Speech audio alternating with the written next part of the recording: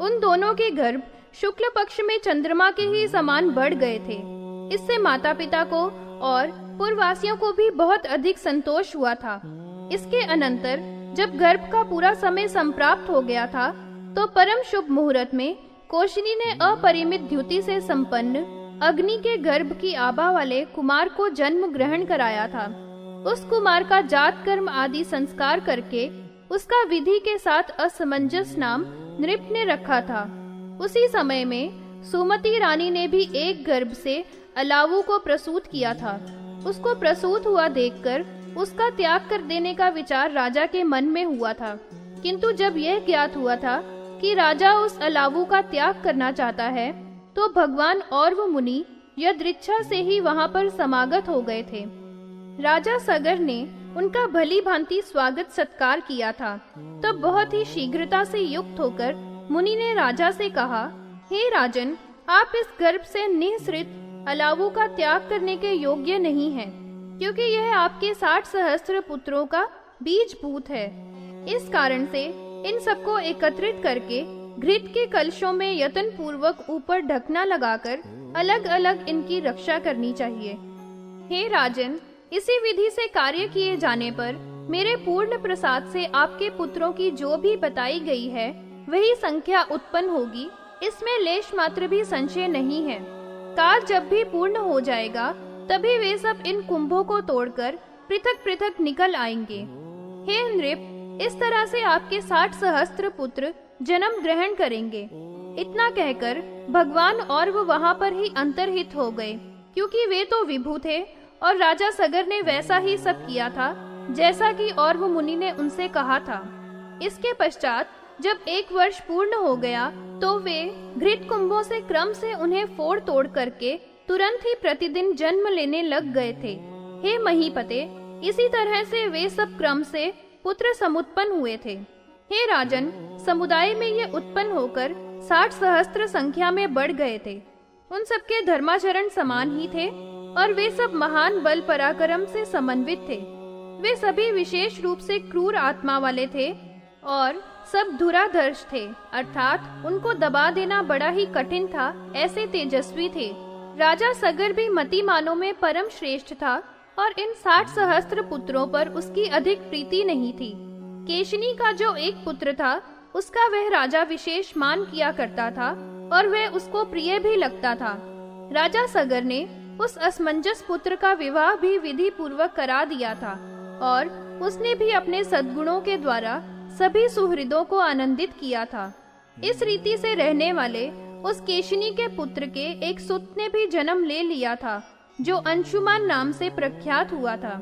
वह बचपन की अवस्था में बड़ा ही मतिमान था और अपने उदार गुणों से उसमें सभी सुहृदों को तथा अपने पितामह राजा सगर को बहुत ही अधिक प्रीणित किया था। इसी बीच में ऐसा हुआ था कि उस राजा का अंशुमान पुत्र असमंजस किसी पिशाच के द्वारा समाविष्ट हो गया था, जिस कारण से उसकी चेष्टा एकदम नष्ट हो गई थी। वह पूर्व जन्म में कोई धर्म का ज्ञाता वैश्य हुआ था। वह किसी राजा के देश में हुआ था और बहुत धन धान्य की समृद्धि से युक्त था। वह किसी समय में अरण्यों में विचरण कर रहा था और वहां पर उसने एक स्थल में उत्तम निधि देखी थी। वह वैश्य भी लोभ से मुक्त होकर उसके लेने का उपक्रम करने लगा था। उस निधि का रक्षक एक पिशाच था। वह उसी समय में वहां पर आ गया था और उससे बोला, मैं बहुत समय से भूखा हूँ और यहाँ पर निवास करता हुआ इस निधि की रक्षा कर रहा हूँ। इसीलिए मेरी क्षुधा को दूर करने के वास्ते तो मुझको गौ मांस ला कर दो और तभी फिर मेरी आज्ञा से इस महान निधि का ग्रहण करो। उस वैश्य ने उसके सामने प्रतिज्ञा की थी कि मैं आपको गौओं का मांस लाकर दे दूंगा। फिर पिशाच की अनुमति से उस निधि का ग्रहण कर लिया था और मूर्खता से उसको खाने के लिए वह वस्तु नहीं दी थी जिसके देने की उसने प्रतिज्ञा की थी। हे नृप, प्रतिज्ञा करके भी गौ मांस ना देने से उसको बड़ा क्रोध हो गया था, जिसको वह सहन नहीं कर सका था। उस पिशाच ने बहुत लंबे समय तक खाने की इच्छा से प्रतीक्षा की थी, किंतु जब वह वैश्य न पहुंचा तो उस पिशाच ने क्षुधा से व्यथित होकर उसका समस्त धन छीन लिया और उसको मार भी डाला था। वह वैश्य भी मृत्युगत होकर फिर सगर के यहाँ बालक होकर जन्मधारी हुआ था। जब समय प्राप्त हुआ था तो वह केशिनी का पुत्र वंश की वृद्धि करने वाला हुआ था। वह पिशाच भी शरीरधारी तो था नहीं। हे भूपते, उसने अपने पूर्व के होने वाले वैर का अनुस्मरण करके वायुभूत होकर उसी राजा सगर के पुत्र के देह में प्रवेश कर लिया था। उसी के द्वारा आविष्ट होकर वह भी फिर बड़ा भारी क्रूर हाचित वाला हो गया था। मति का विभ्रंश हो गया था और वह बार बार बलपूर्वक असदाचरण करने लग गया था। उसने भी फिर तो अपने नगर में एक नृशंस के ही समान असम कर दी थी। वह खल ऐसा दुष्ट हो गया था कि छोटे बालकों को, युवकों को, वृद्धों को और स्त्रियों को सदा ही पकड़ लिया करता था। सबको मार मार कर वह अत्यंत निर्दयता से सरयू नदी में फेंक दिया करता था। फिर तो सभी नगर निवासियों ने उसकी उस नीचता को देखा था। वह सभी को निरादर करके डांट देता था। ऐसा जब बहुत बार हुआ तो उन सब ने जाकर राजा से कहा था, और राजा ने अब यह सुना तो उसको प्रयत्न पूर्वक अपने समीप में बुलाया था। राजा ने कितनी ही बार अधिक दुख से संयुक्त होकर उसको इस महान नीच कुकर्म से रोका था। बहुत बार उसको रोका भी गया था तो भी महात्मा पिता का कथन उसने नहीं माना था। जिस तरह से संतृप्त जल में यव हो जाते हैं, उसी प्रकार की दशा राजा की हो गई थी। जब राजा से उस महान पाप कर्म से हटाने की शक्ति न रही थी तो वह बहुत ही दुखित हो गया था। लोक में बड़ा भारी अपवाद होगा कि राजा ही का पुत्र ऐसा अन्याय करता है, तो अब न्याय कहाँ होगा। इससे डरकर उसने उस समय में विषयों का त्याग किया था। अश्वमोचन वर्णन। जैमिनी मुनि ने कहा, उस परम धर्मात्मा नृप सगर ने अपने पुत्र असमंजस का त्याग कर दिया था और उसमें जो उसका प्रेम था उसको तब धर्मशील बालक अंशुमन में उस प्रभु ने किया था। इसी काल में सुमति नाम वाली रानी के जो 60 सहस्त्र पुत्र थे, हे नृप, वे सब समुदाय में समुत्पन्न होकर परस्पर में अनुव्रत होकर बढ़कर बड़े हो गए थे। ये सभी एक ही धर्म वाले थे तथा वज्र के समान सुदृढ़ शरीरों वाले, बहुत ही क्रूर, अत्यंत निर्दयी और निर्लज्ज थे और निरंतर अधर्मशील थे और धर्म को सर्वथा जानते ही नहीं थे। ये सब एक ही कार्य में निरत रहते थे। बहुत अधिक क्रोधी और मूढ़ चित्तों वाले थे। ये सब समस्त प्राणियों को अदृश्य थे और जनों के लिए अत्यधिक उपद्रवों को करने वाले थे। ये सभी और से विनय पूर्वक आचरण और सनुमार्ग की अपेक्षा नहीं रखते थे। इन्होंने असुरों के ही समान स्वेच्छा से संपूर्ण जगत को बाधा पहुंचाई थी। उन्होंने यज्ञ के सन्मार्ग को विध्वस्त करके भुवन को उपद्रव से युक्त कर दिया था और इस जगत को वेदाध्ययन और वष्टकार से रहित करके विशेष रूप से आर्त कर दिया था। उस समय में वरदान से बड़े हुए दर्प वाले सगर के पुत्रों के द्वारा बहुत अधिक विध्वस्तमान इस जगत के हो जाने पर समस्त देव, असुर और महोरग अत्यधिक शोक को प्राप्त हो गए थे। यह वसुंधरा अचला है, तथापि उस समय में सगर के पुत्रों के द्वारा आक्रांत होकर चलायमान हो गई थी। उस समय में धरा की चल गति को देखकर बड़े बड़े तपस्वियों की समाधि टूट गई थी और तपश्चर्या कर भंग हो गया था। देवगण भी पितरों के साथ अपने हव्य कव्य से जो भी उनके लिए समर्पित किए जाते थे उनसे परिभ्रष्ट हो गए थे और उनको महान दुख हो गया था तथा वे सभी अत्यंत उत्पीड़ित होकर ब्रह्मा जी के भवन पर गए थे। वहां पर समस्त देवगण, जिनमें शिव अग्रणी थे, जाकर न्याय के अनुरूप उन्होंने ब्रह्मा जी से निवेदन किया था कि सगर नृप के पुत्रों की भूमि पर कैसी कुचेष्टाएं हो रही हैं। सब लोगों के पितामह ब्रह्मा जी उनके कहे वचनों का श्रवण करके एक क्षण के अंदर विचार वाले हुए थे और इसके पश्चात सुरों में श्रेष्ठ ब्रह्मा जी ने उनसे कहा, हे देवगणों, आप सबका कल्याण होवे। अब आप लोग सावधान होकर मेरी वाणी का श्रवण कीजिए। जो भी कुछ मैं आपके सामने इस समय में कह रहा हूँ, ये सगर के पुत्र सबके सब विनष्ट हो जाएंगे। यह सर्वथा सत्य है, इसमें कुछ भी संशय नहीं है। कुछ काल पर्यंत प्रतीक्षा करो, समय के ही द्वारा सब नियमित हो जाया करता है। यह काल बड़ा बलवान है, अन्य तो केवल निमित्त ही हुआ करते हैं। करने वाला तो वास्तव में काल ही होता है, यह ही सबको खाने वाला होता है। इसके सामने सब बल, वैभव और प्रताप धूल में मिल जाया करते हैं। हे सुर श्रेष्ठों, मैं आप सभी के हित संपादन होने के लिए जो भी कुछ कहूँगा वही अब आप सबको अतंत्रित होकर कर डाल। भगवान कपिल मुनि भगवान विष्णु के ही अंश से इस जगत के हित के लिए समतीर्ण हुए हैं। यह विष्णु भगवान का ही अंशावतार है और भूमंडल में योगींद्रों में परम श्रेष्ठ है। अगस्त्य मुनि के द्वारा इस विशाल सागर का जल पी लेने पर दिव्य 100 वर्षों की अवधि हो गई है। वे इसी अम्बोधि में वहाँ पर किसी स्थल में इस समय में ध्यान करने वाले स्थित हैं। मेरा यह आदेश है कि आप लोग मुनियों में परम श्रेष्ठ कपिल जी के समीप में चले जाओ। जब उनकी ध्यानावस्था का अंत होवे तब तक इच्छा रखने वाले आप लोग वहीं उपगह्वर में संस्थित रहें। जब उनकी समाधि समाप्त हो जाए तभी आप अपना अभिप्राय पूर्ण रूप से नमस्कार करके उनको बतला देवें। वही ऐसे शक्तिशाली हैं कि वे आप लोगों का कल्याण कर देंगे। हे देवगणों, जिस भी रीति से उन मुनिवर की समाधि का भंग सगर के पुत्रों द्वारा किया हुआ होवे, आप लोगों की वैसी ही प्रवृत्ति करनी चाहिए। इसी से आपका कार्य सुसंपन्न हो जाएगा। जैमिनी मुनि ने कहा, पितामह के द्वारा जब देवगणों से इस तरह से कहा था तो वे सब पितामह को प्रणाम करके उन देवों में श्रेष्ठ मुनिवर के समीप में चले गए थे और हाथ जोड़कर उनसे कहा था। देवों ने कहा, हे मुनि श्रेष्ठ, आप हमारे ऊपर प्रसन्न हो जाइए। हम लोग आपकी शरणागति में प्राप्त हुए हैं। राजा सगर के पुत्रों ने जगत में बड़ा उपद्रव मचा दिया है और ऐसा हो गया है कि यह संपूर्ण जगत विनिष्ट हो जाएगा। आप तो समस्त लोकों की स्थिति और संहार के कारण हैं। आप तो भगवान विष्णु के अंश से ही अवतीर्ण हुए हैं और इस भूमंडल में योगींद्र के स्वरूप को धारण करके संवस्थित हैं। आप कोई महान श्रेष्ठ तपस्वी ही नहीं हैं। आपने तो अपने इस देह को अपनी ही इच्छा से धारण किया है और यह भी केवल तीनों तापों से अत्यधिक आर्त पुरुषों के ही विनाश के लिए धारण किया है।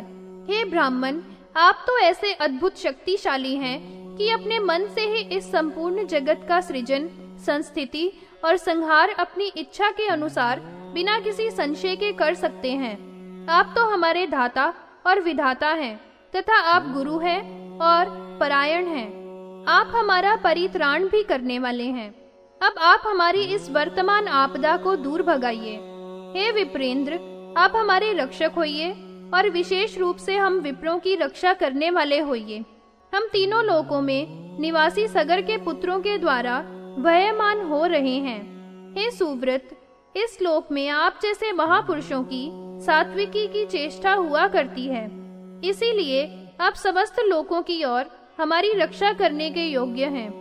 हे भगवान, यदि आप ही हम सबकी रक्षा नहीं करेंगे तो यह संपूर्ण जगत अकाल में ही विनिष्ट हो जाएगा। जैमिनी मुनि ने कहा, जब इस प्रकार से सब देवगणों ने अभ्यर्थना की थी तो कपिल मुनि ने धीरे से अपने दोनों नेत्रों को खोला था। फिर उस सब का अवलोकन करके कपिल भगवान ने यह परम सुनृत वचन कहा था। ये सगर के पुत्र सब अपने ही कर्म से निर्दग्ध होकर विनष्ट हो जाएंगे। जब भी इनके विनाश का काल प्राप्त होगा तभी नाश होगा। तब तक उस काल की आप सब लोग प्रतीक्षा कीजिए और मैं तो उन दुष्ट आत्मा वालों के विनाश करने का कारण बनूंगा। हे सुरश्रेष्ठो, आप लोगों के अर्थ की सिद्धि के लिए केवल मैं कारण स्वरूप बनूंगा। महापापी ये सगर के पुत्र मेरे क्रोध की अग्नि से विप्लुष्ट होकर भस्मीभूत हो जाएंगे।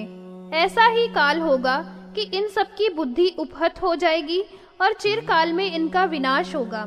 इसीलिए सभी देवों का दुख दूर हो जाएगा और सभी लोग सभी ओर से भयहीन हो जाएंगे। वे सभी बुरे आचरण वाले हो जाएंगे।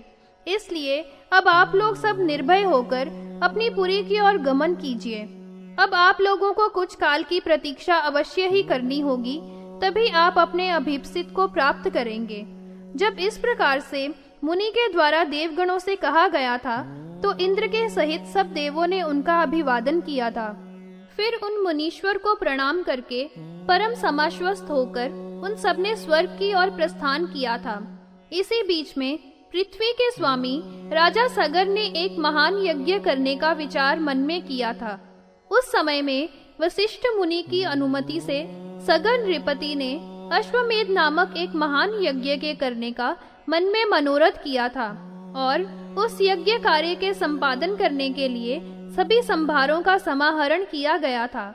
उस समय में और आदि जो विप्र थे, उनके द्वारा राजा विधि विधान के साथ दीक्षित हुआ था। जब राजा ने दीक्षा लेकर यज्ञ का समाचरण करने के लिए दीक्षा में प्रविष्ट हो गया था, तो उसमें जो अश्व छोड़ा जाता है उसके भली भांति चारण करने के लिए नियुक्ति की थी। महायशस्वी सगर ने उन सब सहस्त्र पुत्रों को अपने समीप में बुलाकर उनको आदेश दिया था, इस अश्व को इस पृथ्वी तल में चारों ओर चारण कराने को गमन करो। फिर हे पुत्रों, शीघ्र ही आप लोग घुमाकर इस अश्व को फिर मेरे पास ले आओ। जैमिनी मुनि ने कहा। इसके अनंतर उन पुत्रों ने अपने पिताश्री की आज्ञा से उस अश्व को वहां से अपने साथ में ले लिया था। उन्होंने उस अश्व को समस्त पृथ्वी तल में चारों ओर घुमाया था। विधि की प्रेरणा से ही वह अश्व भूमि में परिवर्तित हो गया था। उस राजा ने अश्व को दिग्विजय करने के लिए तथा करों का आदान करने के लिए तो छोड़ा ही नहीं था, क्योंकि समस्त नृपों को तो नृप सगर ने पहले ही जीत लिया था। उदार वीर्य वाले सगर ने सभी नृपों को समर में कर देने वाला बना लिया था। इसके पश्चात जब वह अश्व दिखाई नहीं दिया था, तो फिर उन समस्त राजपुत्रों ने जल से रहित क्षार सागर के पास गमन किया था। उस अश्व को परिवारित करके उन सब ने भूतल के अंदर प्रसन्न होकर प्रवेश किया था। सगर विनाश वर्णन। जैमिनी मुनि ने कहा, वे सगर के पुत्र जब वहां प्रविष्ट हो गए थे, तो इसके अनंतर इंद्रदेव के द्वारा प्रेरणा प्राप्त करके वायु ने उसी क्षण में उस अश्व का हरण करके रसातल में पहुंचा दिया था। जब उन सगर पुत्रों ने वहां कहीं पर भी उस अश्व को नहीं देखा था, वायुदेव ने उनका अपहरण करके हे राजन उसी मार्ग से कपिल मुनि के समीप में पहुंचा दिया था। उस अश्व के वहां पर न दिखलाई देने पर सब नृप के पुत्र बहुत ही अधिक बेचैन हो गए थे और संपूर्ण पृथ्वी परिक्रमा लगाकर उस अश्व को खोज रहे थे। उन्होंने पहले संपूर्ण भूतल पर उस अश्व को ढूंढा था, फिर सब नगर, पर्वत और वनों में उसकी खोज की थी। जब उन्होंने कहीं पर भी उस यज्ञ के पशु अश्व को नहीं देखा था, तो उन सबके हृदयों में बड़ा भारी दुख हुआ था। फिर वे सब अनेक ऋषियों से घिरी हुई अयोध्यापुरी में समागत हो गए थे।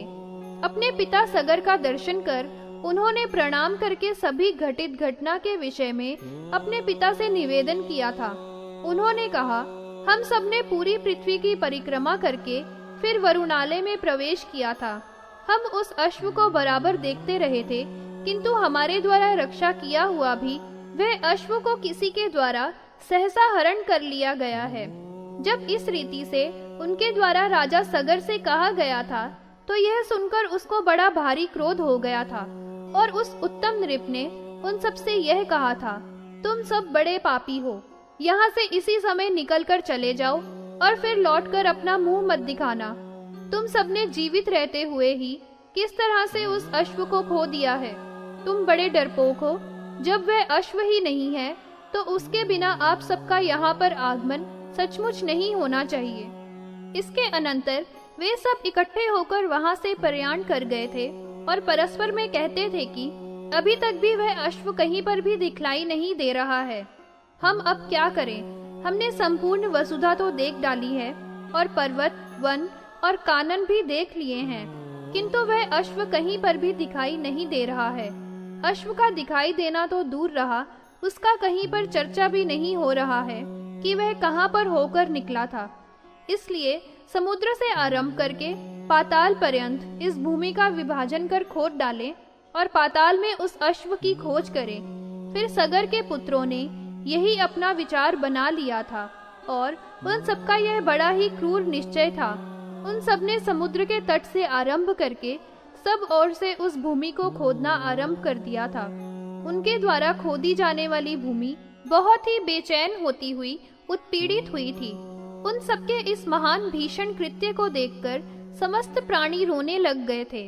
इसके पश्चात उन्होंने भूमंडल में भारत खंड को खोदकर संक्षिप्त कर दिया था और भूमि के 1 सहस्त्र योजन भाग को सागर के स्वरूप में योजित कर दिया था, जिससे यह भूभाग कम हो गया था। उन नृप के पुत्रों ने उस समय भूमि को खोदते हुए पाताल लोक के तले तक खोद दिया था और उसके अंदर पाताल में फिर उस अश्व को देखा था। फिर जब उनको वह यज्ञ का अश्व वहां दिखाई पड़ गया तो सब चारों ओर से एकत्रित होकर बहुत अधिक प्रसन्न हुए थे। उनका बहुत अधिक संतोष हो गया था। उनमें कुछ तो बहुत अधिक हंसने लगे थे और कुछ परमानंदित होते हुए नाचने लग गए थे। वहां पर महान आत्मा वाले कपिल मुनि का दर्शन किया था, जो कि परम वृद्ध थे और तेज से दैदीप्यमान हो रहे थे। उन्होंने पद्मासन बांध रखा था। इस तरह से बैठकर अपने नेत्रों को नासिका के अग्रभाग लगाकर ध्यान में योग क्रिया के अनुसार मग्न हो रहे थे। उनका सिर और ग्रीवा एकदम सीधे थे और आगे की ओर उनका वक्ष स्थल विष्टवत था। उनका परिपूर्ण तेज सभी ओर से अभिसरण कर रहा था, अर्थात उनका अपना आत्म तेज उनके चारों ओर एक मंडलाकार में उद्दीप्त होकर दिखाई दे रहा था। जिस तरह से निर्वात स्थान में एक रस दीपक की लौ प्रकाशित हुआ करती है, उसी भांति से सब और उनका तेज प्रकाशित हुआ दिखाई दे रहा था। उनके अपने अंतःकरण में प्रकाशित जो विज्ञान था, उसी से परिपूर्ण उनका कलेवर था। समाधि में उनका संलग्न चित्त छिपे हुए समुद्र के ही समान था और वे विधि के साथ योगाभ्यास में समारूढ़ होकर अपने ध्येय पर ब्रह्मा में संलग्न मन वाले थे। उन्होंने परम शांत योगींद्रों में अधिक श्रेष्ठ मुनि का अवलोकन किया तो ऐसा उस समय में आभास हो रहा था कि यह कोई जलती हुई ज्वालाओं की मालाओं से परिपूर्ण साक्षात अग्नि का ही स्वरूप है। जब उनको समाधि स्थित सबने देखा था तो सब आपस में विचार करने लगे थे कि यह अत्यधिक तेजस्वी कौन महापुरुष है। हे राजन, मुहूर्त मात्र समय तक तो दंग से होकर रह गए थे और फिर उनको बड़ा भारी डर लगा था। फिर भावी की प्रबलता से प्रेरित होकर उन सगर के पुत्रों ने यही निश्चय बना लिया कि हो ना हो यही इस अश्व को हरण करने वाला है। उन दुष्ट आत्माओं वालों ने परम श्रेष्ठ मुनि कपिल को चारों ओर घेर लिया था और घेरा डालकर उन्होंने कहा था, यही चोर है, इसमें लेश भर भी संशय नहीं है, क्योंकि इसने अश्व का अपहरण किया है, इसलिए बुरे विचारों वाले का हमको वध कर डालना चाहिए। उन सब की बुद्धि तो होनहार के वश क्षीण हो गई थी और उनकी मृत्यु निकट में प्राप्त हो रही थी। उन सब ने योगासीन उस मुनि को एक साधारण मनुष्य के ही समान सहसा दर्शित किया था, अर्थात डांट फटकार लगाना आरंभ कर दिया था। जैमिनी मुनि ने कहा, इसके पश्चात यह हुआ था कि जब उन सब ने बहुत शोर मचाया तो मुनि का ध्यान टूट गया था और अति उच्च आत्मा वाले मुनि कपिल प्रदर्शित हो गए थे। उस समय में ध्यान के भंग हो जाने से कपिल मुनि को महान क्रोध हो गया था और उस समय में विष्ट उनके हृदय में बड़ा भारी क्षोभ हो गया था। वे तो इतने तेजस्वी थे कि उनके ऊपर किसी का भी प्रभाव नहीं पड़ सकता था और उनको दबा देना महान कठिन था। जब उन दुरात्माओं ने दर्शित करने का प्रयास किया था तो वे संचलित हो गए थे। उस समय में कपिल मुनि ऐसे ही क्रोध वेश में दीप्यमान दिखाई पड़ रहे थे, जैसे कल्प के अंत में सर्व संहारक वायु से प्रेरित अग्नि होता है। उस समय में समुद्र के समान परम गंभीर उनके शरीर से कोपा अग्नि निकल रही थी। वह सर्व संहारक क्रोधा अग्नि पाताल लोकों को दग्ध करने वाले के ही समान था और दर्शन अर्थात फटकार से जो क्रोध उत्पन्न हो गया था, उसके होने से अत्यधिक प्रदीप्त होकर कपिल मुनि ने अग्नि मंडल के समान अपने नेत्रों को खोला था। हे राजन, उनकी दोनों आंखें क्षण भर तो अत्यधिक अरुण दिखलाई देती हुई शोभा वाली हुई थी और वे दोनों नेत्र पूर्व संध्या से समुदित अंबर में दो पुष्पों के ही सदृश प्रतीत हो रहे थे। इसके अनंतर ही उन्होंने अपने खुले हुए नेत्रों को उन सब नृप सगर के पुत्रों पर डाला था। संहार के समय में यमराज के ही तुल्य अत्यंत गंभीर मुनि ने नृप सुतों की ओर देखा था। अत्यधिक क्रोध तो समाधि के भंग होने से उनको हो ही रहा था। परम क्रुद्ध उनके नेत्रों से अग्नि की ज्वालाएं निकल रही थी और वे ज्वालाएं कालअग्नि के ही समान दिशाओं में सब और फैली हुई थी। धूम के समूहों से युक्त वे ज्वालाएं अत्यंत आगे की ओर बढ़ रही थी और बारंबार उनमें से अग्नि के कण छूटकर निकल रहे थे। क्रोधाग्नि की ज्वालाओं ने सभी और दिशाओं को व्याप्त कर दिया था। उनके नेत्रों से निकलने वाली क्रोधाग्नि की ज्वालाएं कालोदर के उग्र कुहरों वाली थी। तात्पर्य यह है कि ज्वालाओं के मंडल की ऐसी व्याप्ति हो गई थी। उस समय में कोहरे के समान कुछ भी दिखलाई नहीं दे रहा था। हे सुम्हाराज, उनके क्रोधाग्नि की ज्वालाएं छिपे हुए समुद्र की बड़वाग्नि की ज्वालाओं के ही समान शोभित हो रही थी और उन कपिल मुनि की क्रोधाग्नि ने सभी दिशाओं के अंतर को व्याप्त कर रखा था। वह सर्वत्र फैल गया था। उस क्रोधाग्नि ने पूर्ण नभस्थल को आवृत करते हुए उन समस्त सगर के 60 सहस्त्र पुत्रों को दग्ध करके भस्मीभूत कर दिया था। सरर सरर करती हुई महाध्वनि से परिपूर्ण बड़ी जोरदार हवा के प्रकोप से, चारों ओर फैली हुई अग्नि की धुआं के गुब्बारों से और अत्यधिक ऊपर की ओर उठकर उड़ती हुई भूमि की धूलि के संपूर्ण लोक ढकसा गया था और बहुत ही अधिक लोक में विकलता हो गई थी। इसके पश्चात वह अग्नि वायु के वेग से समाहित शिखाओं से जो धूम धूम करके ऊपर की ओर उठ रही थी, नभस्तल में मानो वे कुछ लिख रही हों। चारों ओर वे ऐसी फैली हुई थी। उन्होंने उस सुरगण के शत्रु नृप के पुत्रों को पूर्णतया तुरंत ही प्रदग्ध कर दिया था।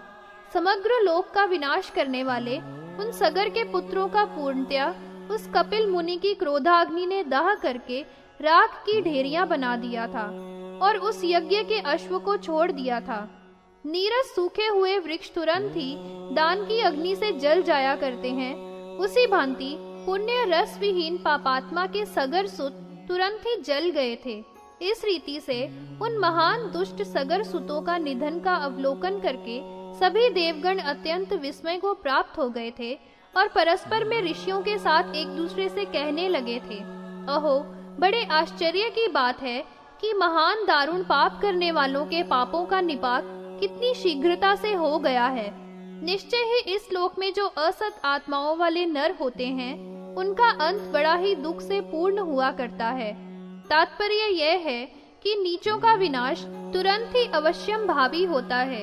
यही बात है कि यह महान क्रूर बुद्धि वाले निर्दयी, जिनका कलेवराकार पर्वतों के सदृश था और कितनी अधिक संख्या में था, इस समय में तृण में लगी हुई अग्नि के ही समान तुरंत ही एक ही साथ विलय को प्राप्त हो गए हैं, मानो हुए ही नहीं थे। अब उनका नाम मात्र ही रह गया है। ये सभी प्राणियों के लिए उद्वेग करने वाले थे और सत्पुरुषों के द्वारा बहुत ही निंदित समझे जाया करते थे। ये जीवन जब तक इनका रहा, सबका अपहरण ही किया करते थे। अब बहुत ही अच्छा हुआ कि सबके सब विनाश को प्राप्त हो गए हैं। यह तो एक प्रसन्नता की ही बात हुई है। जो निरंतर ही दूसरे प्राणियों को उपताप दिया करता है तथा सदा ही सर्वत्र जिनकी लोग निंदा किया करते हैं, ऐसा इस लोक में परमाशुभ कर्मों को करके कौन सा पुरुष है जो सुख प्राप्त करता है? अर्थात ऐसा कोई भी सुख नहीं प्राप्त करता है। सब प्राणियों को सताकर अपने ही कुकर्मों के द्वारा इस लोक से विदा होकर चल बसे हैं। ब्राह्मण के अपराध का दंड पाकर निहत हो गए हैं। ये महापापी सगरसुत निरंतर सैकड़ों वर्षों तक नरक में रहेंगे। इस कारण से मनीषी पुरुषों को सर्वदा सत्कर्म ही करना चाहिए और जो दूसरे लोगों के द्वारा विनंदित कर्म हो, उसका तो दूर से ही परित्याग कर देना चाहिए। मानव का परम कर्तव्य है कि जब तक भी उसका जीवन रहे, सदा श्रेय के ही यत्न करना चाहिए, क्योंकि उसको यह ज्ञान होना चाहिए कि शुभ कर्म ही सफल होता है और सदा बुरे कर्मों का बुरा ही परिणाम हुआ करता है। कभी भी किसी के साथ द्रोह का समाचरण नहीं करे, क्योंकि जिस जीवन में द्रोह करता है वही जीवन अनित्य है। फिर द्रोह का पाप क्यों अर्जित किया जाए? यह देह तो सदा ही अनित्य है। कोई चाहे जैसा भी क्यों ना हो, यहाँ सदा नहीं रहता है, न रहा है और न कभी रहेगा। जिस संपदा के लिए मानव बड़े बड़े कुत्सित कर्म किया करता है, वह संपदा भी अत्यंत चंचल है और कभी किसी के पास स्थिर नहीं रहा करती है। यह संसार अति निस्सार है, अर्थात सभी सांसारिक कर्मों में परमार्थिक श्रेय नहीं है जो सार कहा जा सके। सभी यहाँ की बातें यहीं समाप्त हो जाया करती हैं। फिर भी आश्चर्य यही है कि बुद्ध पुरुष भी इसमें कैसे विश्वास किया करते हैं। इस रीति से सुरगण और मुनिगण परस्पर में कह रहे थे और नृपसगर के पुत्र सबके सब कपिल मुनि के क्रोध में ईंधन होकर विनष्ट हो गए थे। वे सगर के पुत्र अपने ही कर्मों से दग्ध देहों वाले होकर सहसा भस्म के रूप में भूमि में मिल गए थे और तुरंत ही नरक में पहुंच गए थे। मुनि के क्रोध की अग्नि ने पूर्ण रूप से उन सगर पुत्रों को दग्ध करके फिर वह अग्नि तुरंत ही समस्त लोकों को दग्ध करने के लिए उद्यत हो गई थी। तब सब देवगण भय से भीत हो गए थे और दिवलोक में ही संस्थित रहते हुए उस क्रोधाग्नि के शमन की इच्छा वालों ने उन महात्मा मुनि का स्तवन किया था। कपिल आश्रम में अश्वानयन। जैमिनी मुनि ने कहा, देवों ने कपिल मुनि से प्रार्थना की थी, विप्रेंद्र, आप इस क्रोध की महान भीषण अग्नि का तुरंत ही संहार करने के योग्य हैं। यदि इसका संहरण नहीं किया गया तो उसमें अकाल ही यह संपूर्ण लोक दाह को प्राप्त होता जा रहा है। आपकी महिमा तो इसी से देखी जा चुकी है कि जो इस चराचर में व्याप्त। हे विप्रों में परम श्रेष्ठ, अब क्षमा कीजिए और अपने क्रोध का संहरण कीजिए। आपकी सेवा में हम सबका प्रणाम है। इस रीति से जब देवों के द्वारा उनकी स्तुति की गई थी तो भगवान कपिल मुनि ने उस अत्यधिक भैरव क्रोधाग्नि का क्षय कर दिया था। फिर यह समस्त चराचर जगत प्रशांत हो गया था और सब देवगण तथा तपस्वीगण दुख से रहित हो गए थे, अर्थात इन सब का संताप दूर हो गया था। इसी समय में देवर्षि भगवान नारद मुनि स्वेच्छा से ही देवलोक से विचरण करते हुए अयोध्यापुरी में समागत हो गए थे।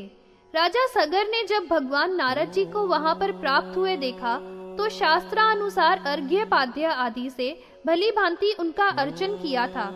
नारद जी ने उनकी पूजा को ग्रहण करके आसन पर संस्थिति की थी और फिर उन्होंने उस नृप शार्दूल से यह वचन कहा था। श्री नारद जी ने कहा, हे राजन, यज्ञ के अश्व के संचारण के लिए आपके पुत्रों ने संप्रयाण किया था। हे श्रेष्ठ नृप, वे सब ब्रह्म दंड से हत होकर विनष्ट हो गए हैं। उन सबके द्वारा भली भांति रक्षा किया भी वह यज्ञ अश्व किसी के द्वारा अलक्षित कर दिया गया था और भाग्यवश दिव में वह ले जाया गया था। फिर जब वह अश्व विनष्ट अर्थात खोया हुआ हो गया था, उन्होंने महीतल में खोज की थी, किंतु उन्होंने उसको कहीं पर भी प्राप्त नहीं किया था और वह किस ओर गया है यह भी बहुत समय तक उनको ज्ञात नहीं हुआ था। इसके पश्चात उन्होंने इस वसुंधरा के नीचे उस अश्व की खोज करने का निश्चय किया था।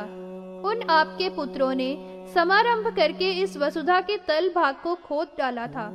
जब वे लगातार पृथ्वी को खोदते ही चले गए तो हे नृप, उन्होंने पाताल में उस अश्व को देखा था, जिस अश्व के ही समीप में योगींद्र महामुनि कपिल जी समाधि में स्थित हुए उनको दिखाई दिए थे। उन महामुनि को वहां देखकर पाप पूर्ण कर्मों वाले उन सबने काल की गति से प्रेरित होकर उन कपिल देव के ही ऊपर बड़ा कोप किया था और यह ही इस अश्व के हरण करने वाला है, यह कहा था। इसके अनंतर उन मुनि को क्रोध उत्पन्न हो गया था और उससे संभूत नेत्रों की अग्नि से जो दशों दिशाओं को दग्ध कर रही थी, आपके समस्त पुत्र ईंधन हो गए थे और जल भुनकर उनकी देह भस्मीभूत हो गए थे। आपके तथा सब नष्ट अत्यंत क्रूर थे, पाप कर्मों का समाचरण करने वाले तथा समस्त लोकों के उपरोधक थे, क्योंकि ऐसे ही जघन्य थे। अतः हे राजेंद्र, अब आप उनके लिए शोक करने के योग्य नहीं हैं। आप तो धैर्य को ही धन मानने वाले हैं, अतएव आपको धीरज की रक्षा करनी चाहिए। जो भी कुछ भवितव्यता होती है तथा नष्ट हो जाता है और व्यतीत हो जाता है, उसको पंडित लोग नहीं सोचा करते हैं। इस कारण से अब इस अपने अंशुमान पौत्र को, जो महान मतिमान है, हे नृप श्रेष्ठ, उस अश्व को लाने के कार्य में नियुक्त करो। समस्त सदस्य और ऋत्विजों से युक्त उस नृप शार्दूल से यही कहकर सभी के देखते हुए एक ही क्षण में नारद जी अंतर्धान हो गए थे। फिर उस राजा ने नारद जी के कहे हुए उन वचनों का श्रवण करके भी महान दुख और शोक से पूर्णतया घिरा हुआ होकर उस उदार बुद्धि वाले ने बहुत काल तक चिंतन किया था।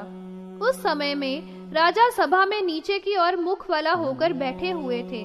उसी समय में देश और काल के ज्ञाता वशिष्ठ जी ने आकर राजा को संतावना देते हुए कहा था, आप तो धैर्य को बहुत महत्व देने वाले हैं, फिर आप जैसे महान पुरुषों को यह ऐसा अवसर क्यों प्राप्त हो रहा है?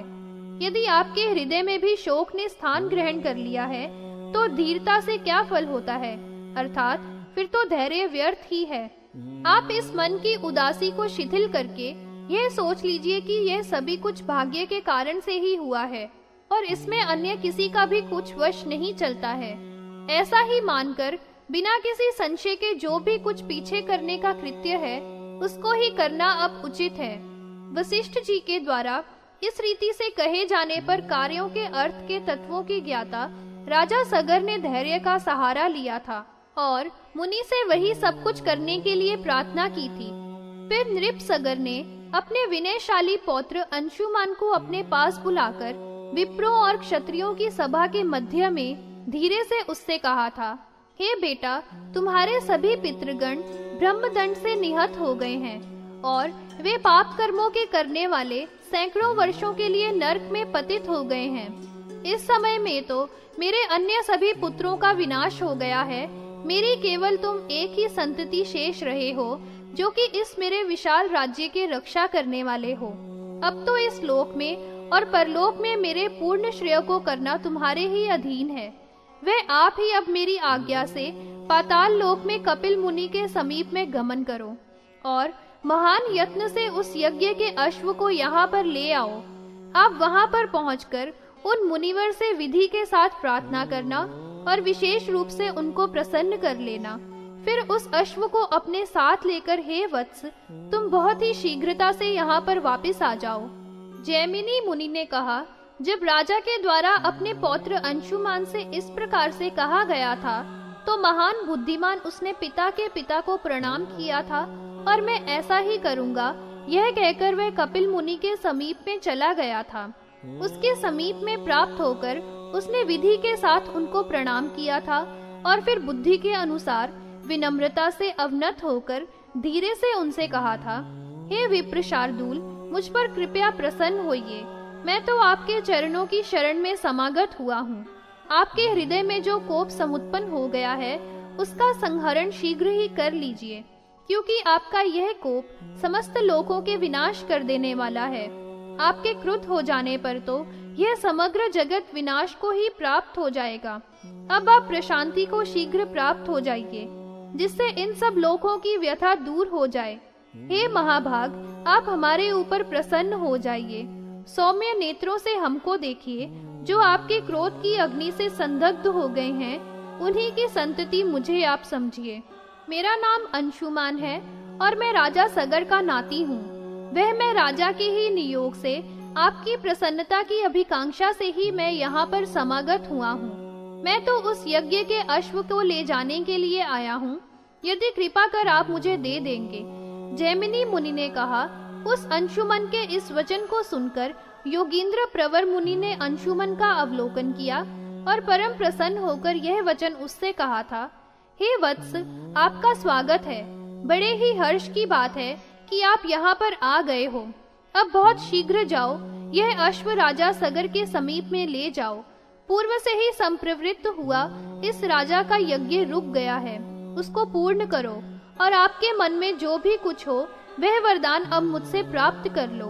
मैं तुम्हारी भक्ति से बहुत ही परितुष्ट हो गया हूँ। यदि तुम्हारा वर परम दुर्लभ भी होगा तो भी मैं तुमको दे ही दूंगा।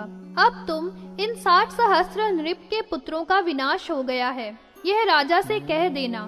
ये महान पापी थे, अतः इनके मरण के विषय में राजा से कह देना कि कोई शोक ना करे। फिर उन योगेंद्र मुनि को प्रणाम करके अंशुमान ने उनसे यह कहा था, हे मुने, यदि आप मुझे कोई वरदान देने की इच्छा करते हैं तो मैं आपसे वर का वरण करूं। यदि मैं वर पाने के योग्य हूं तो आपसे वरदान प्राप्त करूं, किंतु वह वरदान आप सुप्रसन्न होकर ही मुझे दीजिए। आपके रोष की अग्नि से मेरे सभी पितृगण संप्लुष्ट हो गए हैं। हे ब्राह्मण, क्योंकि उन्होंने आपका महान अपराध किया था, इससे वे सभी बहुत वर्षों तक नरक में जाएंगे, क्योंकि वे सब ब्रह्मदंड से हत हैं। अतएव उनकी पिंडोदक क्रिया भी कुछ नहीं हो सकती है। हे महामुने, इस लोक में जिनकी पिंडोदक क्रिया नहीं होती है, वे पितृगण के लोक में उनका सालोक्य प्राप्त नहीं कर सकते हैं, ऐसा श्रुति सम्मत प्रमाण है। अब मेरा यही वर मुझे प्रदान कीजिए कि आपके प्रसाद से उनको अक्षय स्वर्ग का निवास प्राप्त होवे। हे भगवान, इस वरदान से मैं कृतकृत्य हो जाऊंगा, सो आप प्रसन्न हो जाइए और उनके स्वर्ग में गमन करने का कारण बता दीजिए, जिसके करने से उनका कोप की अग्नि से उद्धार हो जाए।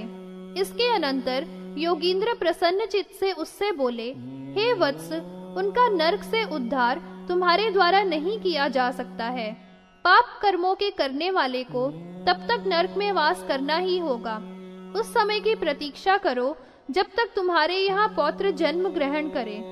कुछ काल के पश्चात हे वत्स, तुम्हारा एक महामती पौत्र होगा। उसका शुभ नाम राजा भगीरथ होगा, जो समस्त धर्मों के अर्थों के तत्वों का ज्ञाता होगा। वह अपने पितरों के गौरव से सुसमन्वित होगा और महान यत्न से परम घोर तप करके निश्चय ही स्वर्ग से यहाँ पर गंगा को लाएगा। उस पतित पावनी गंगा के पुनीत जल से उन सबके गात्र, अस्थि और भस्म के पवित्र हो जाने पर वे समस्त आपके पितृगण स्वर्ग में गति को प्राप्त करेंगे। हे नृपनंदन, उस गंगा का महात्म्य ही ऐसा अद्भुत है। राजा भगीरथ के द्वारा यहाँ लाने से इस लोक में उसका नाम भागीरथी प्रसिद्ध होगा। गंगा का बड़ा अद्भुत महात्म्य होता है कि उसके जल में किसी भी प्राणी की अस्थि, भस्म, नख आदि कोई भी भाग जब प्लावित हो जाता है तो वह प्राणी नरक की यातनाओं से भी मुक्त होकर अक्षय स्वर्ग लोक में चला जाया करता है। इस कारण से अब आप यहाँ से चले जाइए, आपका कल्याण होगा। आपको कुछ भी शोक नहीं करना चाहिए। अपने पितामह को यह अश्व ले जाकर दे दो। जैमिनी मुनि ने कहा, इसके अनंतर उस महामती ने ऐसा ही करूंगा यह कहकर उनको भक्ति से प्रणाम किया था और उनकी आज्ञा प्राप्त कर साकेत नगरी की ओर वहां से गमन किया था। राजा सगर के समीप में पहुंचकर उसने क्रमानुसार उनको प्रणाम किया था और फिर उन सबका मुनि का और अपना संपूर्ण वृत्तांत राजा से निवेदन कर दिया था। और वह अश्व भी राजा को दे दिया था, जिसको वह बड़े प्रयत्न से लाया था। फिर राजा की सेवा में प्रार्थना की थी कि अब आगे मुझे क्या सेवा करनी चाहिए, यह अपनी आज्ञा प्रदान कीजिए।